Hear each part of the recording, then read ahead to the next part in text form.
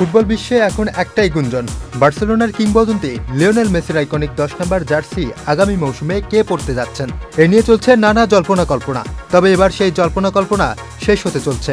বার্সার ঐতিহ্যবাহী 10 নম্বর জার্সি এবার লামিন ইয়ামালের হতে যাচ্ছে। মাত্র 17 বছর বয়সী এই বিস্ময় বালককে ঘিরেই বার্সার পরিকল্পনা যে অনেক বড় তা ইতিমধ্যেই স্পষ্ট।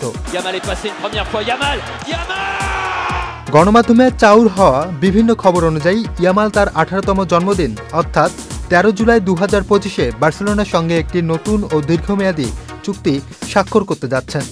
এই চুক্তির পাশাপাশি তাকে দেওয়া হবে বার্সার ইতিহাসের সবচেয়ে সম্মানজনক 10 নম্বর জার্সি, যা যুগ যুগ ধরে গায়ে জড়িয়েছে বার্সার সব কিংবদন্তিরা।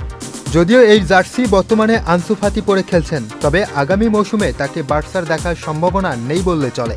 কারণ প্রথম মৌসুমে চমকের পর ইনজুরি ও ফর্মহীনতায় নিজেকে খুব একটা মেলে ধরতে পারেনি ফাতি। এবার সেই সুযোগ আসছে ইয়ামালের।